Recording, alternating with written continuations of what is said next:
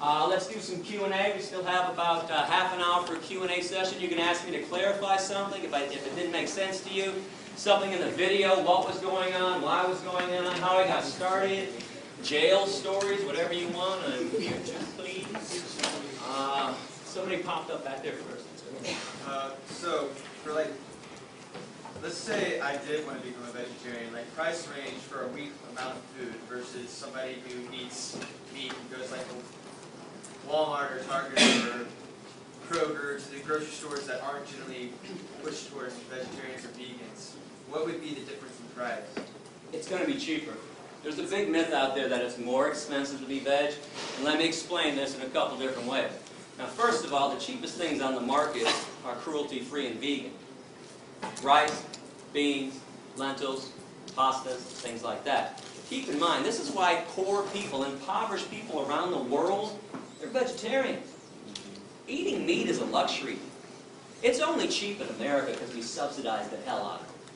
And I want you to put one thing into the equation that nobody ever wants to put into the equation. Health. Pharmaceuticals, hospital visits, doctor visits, all these pills, all the vitamins, healthcare. That stuff was not created for vegans. Those are meat-eating creations.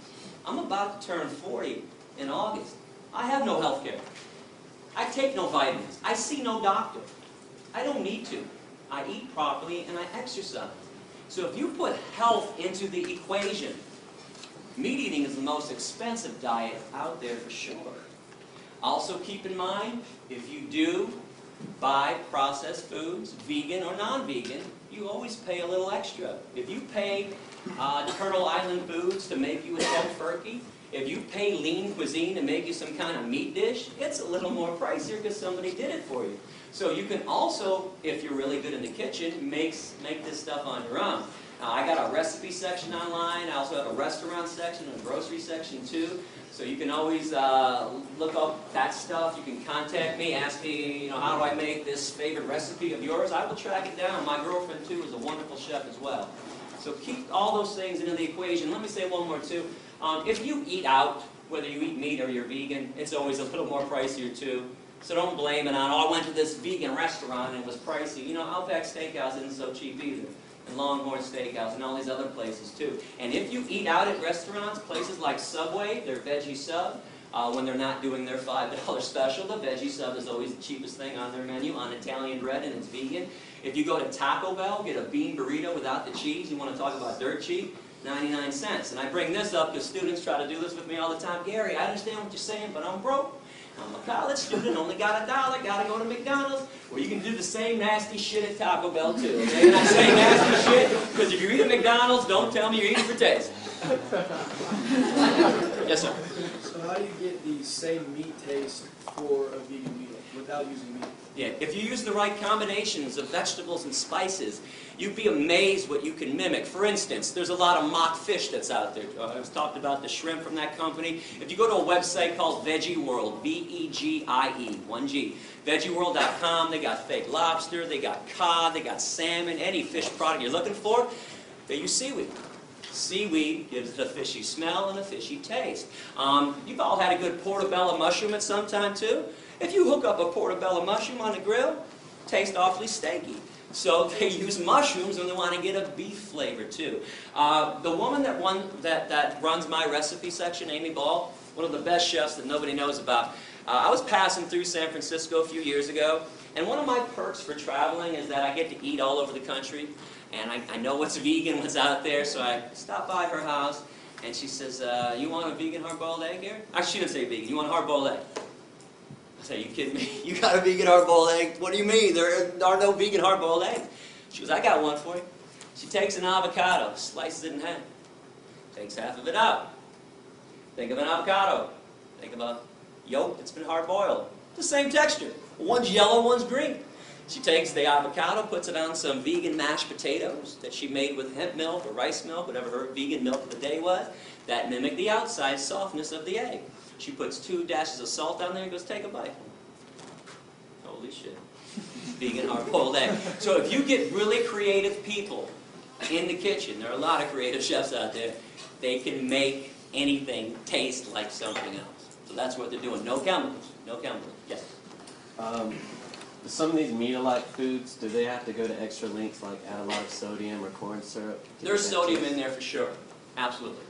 And, you know, salt is something that gives things a lot of taste, so you might have to look out if you want to watch your sodium. But I don't want people to be concerned about sodium before you're concerned about animal protein, cholesterol, saturated fat, all the other things. It's kind of pointless. It's kind of like somebody smoking a cigarette in my face and going, hey, Gary, you should really smoke that weed. I'm like, what are you talking about? If you're doing something unhealthy, what's the point of trying to keep away something else that might be unhealthy for you? Yeah.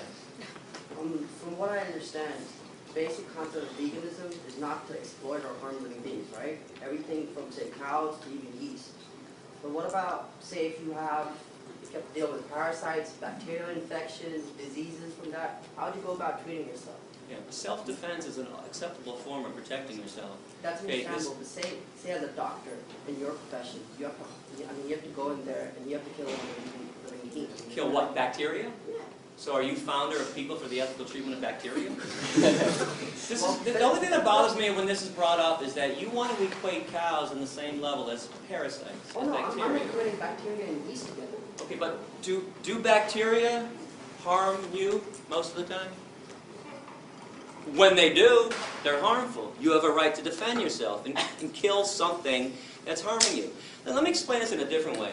If you and I were walking through the woods and a bear attacked you and jumped on you, do you really think I'd be like, huh, too bad, I'm vegan, man. Okay, I would beat the shit, or try to beat the shit out of you and get them off you. It's a self-defense. You were attacked. But if some human jumped on you for no reason, I'd also protect you too. If bacteria are killing you and destroying your body, you have a right to destroy the bacteria that's trying to destroy you. Keep in mind, cows do not attack us. Chickens have never attacked a human being in history. Something else I'm kind of curious about, how come we think we're better than chickens when we kill 35 to 40 billion chickens every year on this planet? We've been doing this for thousands of years. How is the murderer more special than the murdered? How is the oppressor better than the oppressed? We got this stuff backwards. We're not better than them. We're the ones attacking them. That makes us less important. That makes us worse. That makes us evil. Yes, sir.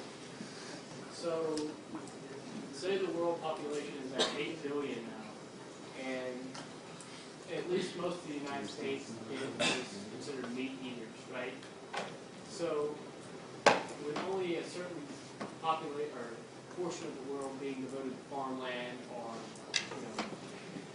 places we can grow food, it just seems to me that if most of the world went vegan, then it would, I know your quote on the 65% of the grain goes to meat products, but how would we support ourselves without meat products, I guess is what I'm trying to say, or eggs, or... Easily and wonderfully. Let me throw out some other stats. 95% of soy in America, that's animal feed. 80% of corn in America, animal feed. 70% of the oats in America, that's animal feed. If we ate the stuff directly, do you know that 1 acre of land can yield 30,000 pounds of carrots, 40,000 pounds of potatoes, and 50,000 pounds of tomatoes? 1 acre of land can only give you 250 pounds of meat. Okay, we would be using less land, destroying less habitat if we just ate crops directly. Please go to the environment section on my website or go to a website called earthsave.org. Everybody gets fed. Here, let me throw this out there. Do you know the world's largest Feed the Hungry organization is called Food for Life Global? Please look them up online. When I found out about this group that solely uses vegetarian and vegan food to feed people 2 million meals per day, I found out about them about 10 years ago. I also found the second largest group on the planet doing Feed the Hungry stuff is Plenty. Plenty.org is their website. Both are vegetarian groups. Now, I sent a letter to both presidents saying, oh my God, this is wonderful. Finally, somebody realized you don't have to harm animals to help people. I got letters back that were almost identical. They said something like this: it's not that we do this for ethical reasons. We don't want to argue with you. We don't want to debate you on that.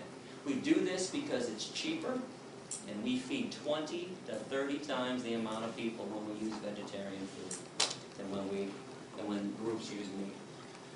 Another question? Somebody up here? Right there? I agree with you in the vegetables and fruit and all that stuff is really good for you, but I guess would say processed soy is bad for you because it causes the body to generate extra estrogen. Well, here's something interesting on that. If estrogen is people's concern about soy, meat and cow's milk have twice the amount of estrogen that's found in soy. But let me break this down for you. So the estrogen that's found in soy is a phytoestrogen, P-H-Y-T-O, plant-based. Phytoestrogens cause no harm to the human body whatsoever. It's animal estrogens that drive the body crazy. But I got some good news for you. If you're really concerned about eating soy, you don't want to do it, don't do it. Eating soy does not mean that you can't be vegan or not eating it. There's wheat meat, or just get down to the nuts and bolts of veganism. Go fruits and vegetables, lentils and beans, and things like that. So you don't have to make soy part of your diet. And if you want to go to my website, I hope you do. I got a brand new section about all the myths out there about soy. A lot of them are being spread by Mr. Michael Pollan, The Omnivore's Dilemma. And by the way, what the hell is the dilemma? Is being kind instead of cruel really problematic to people? Michael Pollan, by the way, is a hunter, is an unpaid spokesman for the meat and dairy industries. Please do not go listening to the Food Incorporated movie or to his Omnivore's Dilemma book. He's nothing but Ted Nugent light. I was just wondering if you only bought products made in the U.S. because you're advocating like cruelty-free, but then what about like cruelty to other people in sweatshops? Do you only buy American? Oh yeah, nowadays you can look at the tag, and it's from Hemptown. I buy my stuff from vegan companies that pay a fair wage, and yeah, I don't do the Target stuff anymore, the Kohl's or anything like that.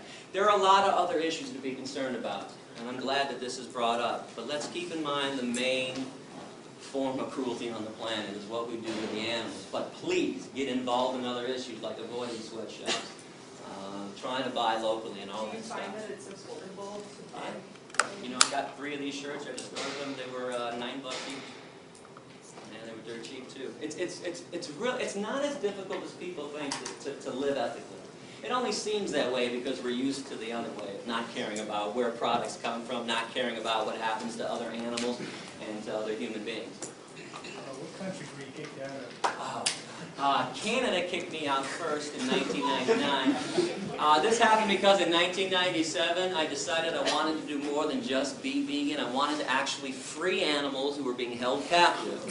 So I went to a mink concentration camp, a fur farm for animals, the Ebert's Fur Farm in Blenheim, Ontario. Now, I'm from Michigan, so Canada's right across, half an hour, 45 minutes away. So I went to this farm and I opened up the cages for 1,542 mink. Now, mink in the fur industry are killed 2 ways. One, they have their necks manually broken. They take them out of a cage and snap their neck against somebody's knee, or they gas them back to the concentration camp stuff. Now, things went badly that evening. I was arrested, and quickly 540 mink actually escaped that night. Holes were cut in the perimeter fence. There was a little dirt road. And then there were 600 acres of forest. That's all they had to do was get across the street, find a way out. Unfortunately, 1,000 mink never made it off the grounds. For that, they were doomed. All I can give them or anyone else would be a chance to be free. I mean, let's face it, if you were all being held in captivity, you were going to have your neck snapped, your skin ripped off your body so somebody else could make a pair of slippers. You'd all be going, man, I hope Gary's coming by tonight. Open up this damn cage, give me a chance. So I got arrested that night. I was put in maximum security, by the way. I was given a 6-month sentence. I did 77 days before they deported me and threw me out, made me persona non grata. And let me just tell you a quick little story, too. While I was in jail, I was with some pretty bad people, child molesters, rapists, murderers, people who tried to stab people. They were trying to teach me a lesson. They put me in one of the worst places around. So they put me in the unit on day 1, kind of a holding unit before they moved me to my unit. And there's a TV set on in the corner. And the alpha male's got the clicker. And he's 5, 5:30, 6, 6:30 noon. Lead story in Canada that night. International terrorist Gary Yourofsky sent to jail tonight. Gary Yourofsky, international terrorist, sent to jail. I got international terrorist with every mention of my name. I'm from Michigan, that's Canada. I am now the local. So, I don't know anybody on day 1. I'm standing in the back of the cell, and they're all huddled around the TV. And they finally realize I'm in there with them. One guy's kind of standing like this, and he's looking around. Hey, that's the guy back there. It goes around, that's the guy back there. Now the alpha male gets in, he walks up to me, pretty big guy, he's like, you an international terrorist? I said, yeah. So that's funny, man, you don't look like an international terrorist. I said, maybe it's because I'm the exact opposite of one. Here's what I did. I freed some mink. They're going to have their necks broken. Now, the first thing he said to me, I preached a lot in jail. First thing everybody said to me was, what the hell's a mink? It's like a big ferret. It's in a rodent family. And the next thing that was always said to me, this is not verbatim, but the intonation is verbatim. It went something like this. Wait a second. They put you in here with us? Because you freed some rats? And the emphasis was always on us. They knew they were back with us? I said, no, they put me in here with you because I also caused $2.1 million in damage to the mink farm and put the guy out of business permanently to this day, and we don't tolerate economic sabotage in our society. One more thing I want you to think about. When they first arrested me, they refused to give me bail. They thought I was going to bail out, go back to Michigan, and there's no extradition for mink liberation. So I had a 10-day bail hearing. I bring this up because I challenge anyone in this room. Find me a 10-day bail hearing for a rapist, a murderer, or a child molester. Won't do it, but the mink liberator gets 10 days. Now, on day 10, my attorney, Steve Rogan, found out that the same exact judge, Elaine Babcock, that had been denying me bail for 10 days, had just given a man from Michigan, 3 weeks earlier, $1,000 bail, second-degree criminal sexual conduct. Now, you know how judges can give when they don't want to hear something in their courtroom. Boy, she goes flush red, top of her voice. She goes, Steve, don't you dare bring that up in my courtroom. That's got nothing to do with this case, and you damn well know it. Now, I'm sitting over in the defendant's box. I can't talk to my attorney now. He's pacing, but in my head I'm going, don't back down, don't back down, don't back down. So he's pacing and pacing. I'm like, come on, Steve. And 30 seconds later, he turns and he says, you know what, Your Honor? It's got everything to do with this case. My client tried to stop cruelty. And he wants to go to jail at this point and make a statement on behalf of the animals. You gave that guy from Michigan bail for sexually assaulting a woman, and you won't give my client bail? She looks at me for the first time in 10 days. And I was like, $10,000 bail. Now, agree or disagree with law breaking, and I hope you understand everybody that we all collectively admire. Dr. King, Gandhi, Rosa Parks, Henry David Thoreau, Jesus, we're all radical lawbreakers. Every single person on this planet that ever made substantive change was a radical lawbreaker. Even if for some reason you don't think that I should be breaking laws or that people should break laws, you can't tell me it should cost $1,000 to sexually assault a woman for bail and $10,000 to free some rats. Bottom line on this, sexually assaulting a woman doesn't affect the economy. And we just don't care about things that don't affect the root of all evil, money. Question? What got you started in the tattoo? Tattoo is me with a mask on holding a bunny rabbit, and it says Presto et Persto, which is Latin for I stand in front and I stand firm, and it says ALF, Animal Liberation Front, which is a group that goes around, there's no membership, but anybody that goes around and liberates an animal or destroys a place of torture is considered an ALF member. What got me started was my stepdad is a clown in the Shrine Circus. Takes me backstage when I'm 23, and mind you, I got my blinders on too. I could care less about animals besides the dogs that are in my life, or if a chipmunk runs by me, I'm like, hey, look at a chipmunk. Right? But I'm like everybody else. I'm eating dead animals. I can care less about cows and pigs and what they're going through. And he invites me backstage and says, you want to come see the elephants? I'm like, hell yeah, I want to see the elephants. Are you kidding me? Can I bring Wendy with me too? My girlfriend at the time said, yeah, bring Wendy down. So Wendy and I go backstage. We're excited. We're like playfully pushing each other like, I'm first. We get back there and we just stop dead in our tracks. When you see cruelty in front of your face, you don't need somebody to explain it to you. I knew what I was seeing was evil. 3 elephants were lined up in chains, front left foot, back right foot, each of them, chained up to the cement floor of the warehouse of the Michigan State Fairground. I looked to the left, I saw a monkey screaming and grabbing the bars of his prison. I saw 2 tigers to the right of me pacing pathetically. And I turned to Wendy, pardon my language, but I'll tell you exactly what I said. I said, what the fuck is an elephant doing on 8 Mile and Woodward Avenue in Detroit in the first place? She said, I don't know. And we walked up face to face with these elephants. And if you pay attention to energy, and please don't think this is weird. We do this all the time, like with babies, with infants. They don't talk and communicate. But a baby starts crying. You thirsty? Oh, you're hungry? You need to be changed. You figure it out. Look at their eyes. Look at their movement. These elephants were swaying like this neurotically. Now, I'm no elephant expert, but I know that's not elephant behavior. I later found out that's a neurotic behavior every elephant gets in every circus because they're kept in chain. In the wild, elephants walk 20 to 50 miles a day. I looked into their eyes. I saw nothing but hopelessness and fear. And I knew something was wrong. So that got me thinking, where did my food come from? Where did my shoes come from? What really goes on in an animal research lab? So that's when I started investigating. I mentioned this earlier. I started going into the Thornapple Valley Pig Slaughterhouse. I started going into animal research labs. And I fought it at first, like everybody does, like most people do. I didn't want to stop eating the animals. What else am I going to eat? Salads all day long? I mean, it's really like, there's a myth out there that all vegans live off of is iceberg lettuce and tomatoes. Okay, that's not true. But that's what I thought too. So anyways, the more I thought about it, the more I realized I was a hypocrite. And here's a paradox I want you to think about. Why do we call some animals pets and others dinner? Why do we fight for the rights of certain animals to be happy and loved and safe? Dogs and cats in America. But others, hey, slice their beaks off. Those damn hens, slice them off, fully conscious. Those pigs, those piglets, rip their testicles out. Screw them. There's a major hypocrisy going on. You can see the choice that I made. All I can ask you to do is put your head on your pillow every night knowing that you are not responsible for premeditated acts of cruelty. Again, the world is tough enough for us, and especially for the animals. Do we have to make it worse by eating them? There is no need in this day and age to be consuming any animal product whatsoever. It's time to let it go.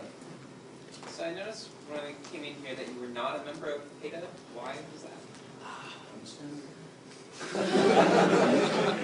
Full disclosure, 2002 to 2005 in November, PETA funded my tour. I was never a PETA employee. I took money from them as a sponsor, independent contractor.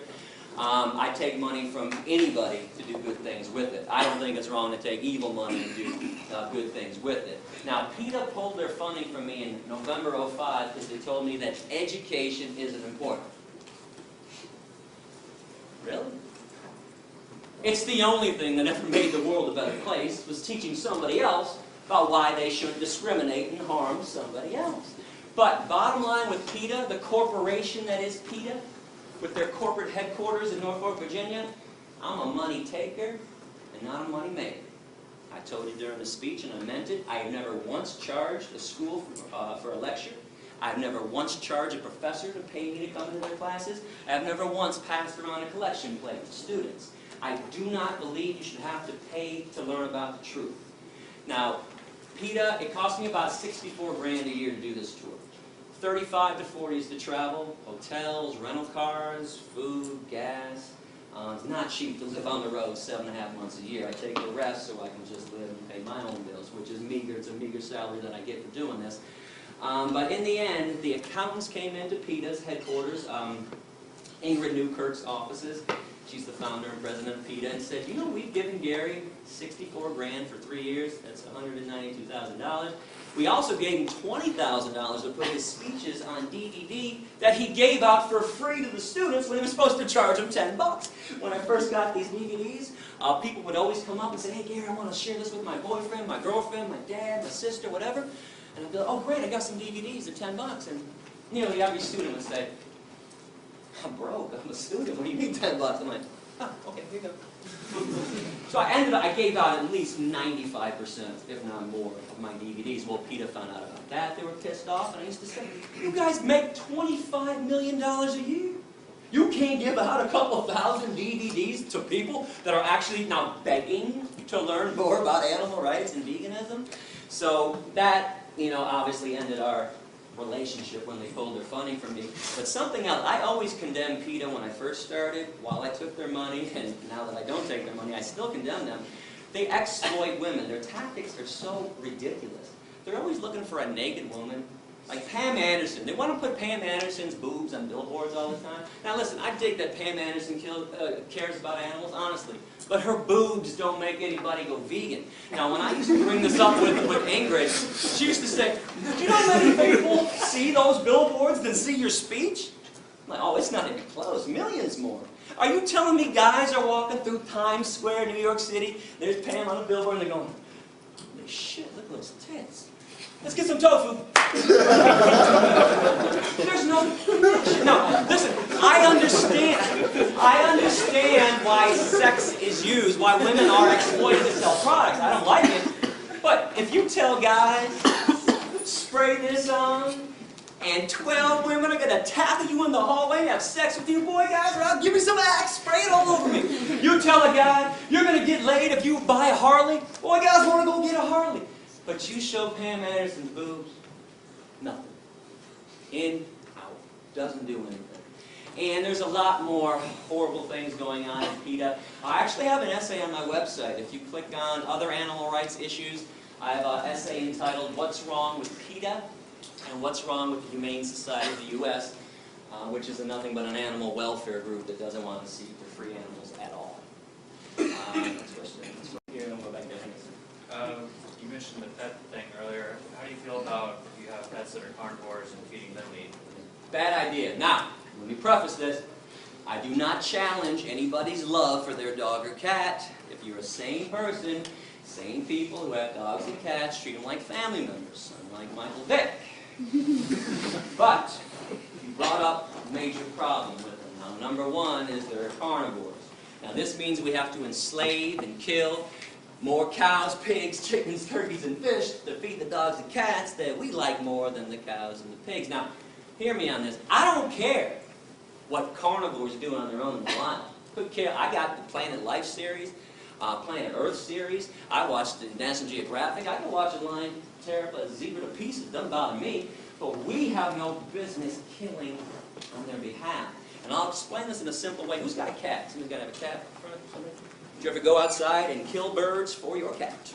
No, it brings them back. Thank you. Cat does it on his own. Nobody kills a bird for their cat, but you pay people at the slaughterhouse to kill birds for science diet, ions, and all the other pet food. Just like we pay people to kill chickens and pigs for us, because most people can't shove a knife into somebody else's throat. So, bad idea to have carnivorous pets. Now, good news, in this day and age, there's vegan dog food and cat food. Now, this being said, I am not here to turn your dogs and cats into vegan. I did not get kicked out of 5 countries. By the way, the other 4 countries somebody had were England, Northern Ireland, Wales, and Scotland. Even though I never set foot on their land ever, they preemptively threw me out because they didn't like my essays. But I did not get arrested 13 times to turn your dogs and cats into vegans. But if you knew what was in dog food and cat food, let me mention the other problem with having dogs and cats. We overbreed them. Every year we murder 5 to 10 million dogs and cats in our shelters every year. These are now slaughterhouses. So there needs to be a moratorium too until every cage is empty. But those 5 to 10 million dogs and cats in shelters that we kill every year, raise your hand if you think they end up in a landfill. Wrong. Once a week, the rendering truck comes around, picks them all up and grinds them up and sells them to Science Diet, Alpo, and Iams, and all the pet food companies. So we're making our dogs and cats cannibals, and they don't even eat real meat that they would normally eat. I never talked about chemicals in all the animals that people eat. This is for you too. This is just a whole nother issue on the side that I'm more focused about ethics and stuff. Okay, but they eat chemically laced meat. They eat what's left on the slaughterhouse floor, things that we don't eat. Every time there's a meat recall or a spinach recall for E. coli, you don't think that stuff ends up in landfills, do you?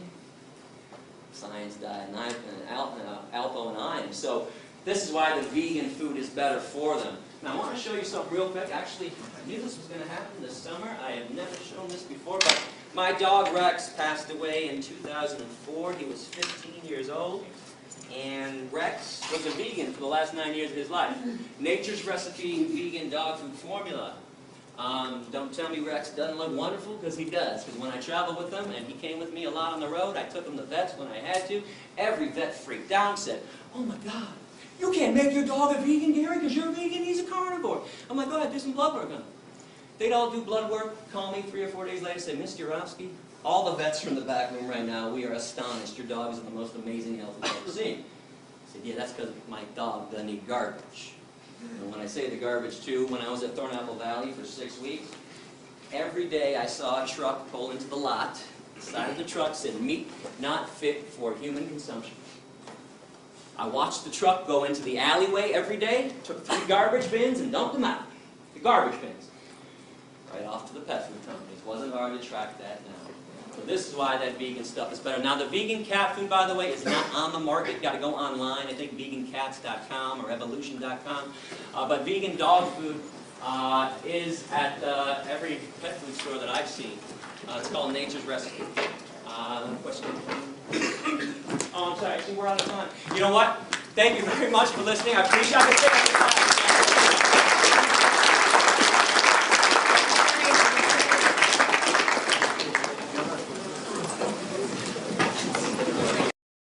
Lean cuisine and make you some kind of meat dish, it's a little more pricier because somebody did it for you. So you can also, if you're really good in the kitchen, make this stuff on your own. I got a recipe section online. I also have a restaurant section and a grocery section too. So you can always look up that stuff. You can contact me, ask me, how do I make this favorite recipe of yours? I will track it down. My girlfriend too is a wonderful chef as well. So keep all those things into the equation. Let me say one more too. If you eat out, whether you eat meat or you're vegan, it's always a little more pricier too. So don't blame it on, "Oh, I went to this vegan restaurant and it was pricey." Outback Steakhouse isn't so cheap either. And Longhorn Steakhouse and all these other places too. And if you eat out at restaurants, places like Subway, their veggie sub, when they're not doing their $5 special, the veggie sub is always the cheapest thing on their menu on Italian bread, and it's vegan. If you go to Taco Bell, get a bean burrito without the cheese, you want to talk about dirt cheap, 99 cents. And I bring this up because students try to do this with me all the time. One of the best chefs that nobody knows about. I was passing through San Francisco a few years ago, and one of my perks for traveling is that I get to eat all over the country, and I know what's vegan, what's out there, so I stopped by her house, and she says, "You want a vegan hard-boiled egg here?" Actually, she didn't say vegan. "You want a hard-boiled egg?" I said, "Are you kidding me? You got a vegan hard-boiled egg? What do you mean? There are no vegan hard-boiled eggs." She goes, "I got one for you." She takes an avocado, slices it in half. Takes half of it out. Think of an avocado. Think of a yolk that's been hard-boiled. The same texture. One's yellow, one's green. She takes the avocado, puts it on some vegan mashed potatoes that she made with hemp milk or rice milk, whatever her vegan milk of the day was. That mimicked the outside softness of the egg. She puts 2 dashes of salt on there and goes, "Take a bite." Holy shit. Vegan hard-boiled egg. So if you get really creative people in the kitchen, there are a lot of creative chefs out there, they can make anything taste like something. I understand what you're saying, but I'm broke. I'm a college student, only got $1, gotta go to McDonald's. Well, you can do the same nasty shit at Taco Bell too, okay? And I say nasty shit because if you eat at McDonald's, don't tell me you're eating for taste. Yes, sir? So how do you get the same meat taste for a vegan meal without using meat? Yeah, if you use the right combinations of vegetables and spices, you'd be amazed what you can mimic. For instance, there's a lot of mock fish that's out there. I was talking about the shrimp from that company. If you go to a website called Veggie World, V-E-G-I-E, 1G, veggieworld.com, they got fake lobster, they got cod, they got salmon, any fish product you're looking for, they use seaweed. Seaweed gives it a fishy smell and a fishy taste. You've all had a good portobello mushroom at some time too. If you hook up a portobello mushroom on the grill, it tastes awfully steaky. So they use mushrooms when they want to get a beef flavor too. The woman that runs my recipe section, Amy Ball, they're vegetarian. Eating meat is a luxury. It's only cheap in America because we subsidize the hell out of it. And I want you to put one thing into the equation that nobody ever wants to put into the equation. Health. Pharmaceuticals. hospital visits, doctor visits, all these pills, all the vitamins, health care. That stuff was not created for vegan. Those are meat-eating creations. I'm about to turn 40 in August. I have no health care. I take no vitamins. I see no doctor. I don't need to. I eat properly and I exercise. So if you put health into the equation, meat eating is the most expensive diet out there for sure. Also keep in mind, if you do buy processed foods, vegan or non-vegan, you always pay a little extra. If you pay Turtle Island Foods to make you a tofurkey, if you pay, let's do some Q&A. We still have about half an hour for a Q&A session. You can ask me to clarify something if it didn't make sense to you. Something in the video, what was going on, why it was going on, how I got started, jail stories, whatever you want. I'm here to please. Somebody popped up back there first. So, for like, let's say I did want to become a vegetarian, like price range for a week amount of food versus somebody who eats meat and goes like Walmart or Target or Kroger to the grocery stores that aren't generally pushed towards vegetarians or vegans. What would be the difference in price? It's going to be cheaper. There's a big myth out there that it's more expensive to be veg, and let me explain this in a couple different ways. Now, first of all, the cheapest things on the market are cruelty-free and vegan. Rice, beans, lentils, pastas, things like that. Keep in mind, this is why poor people, impoverished people around the world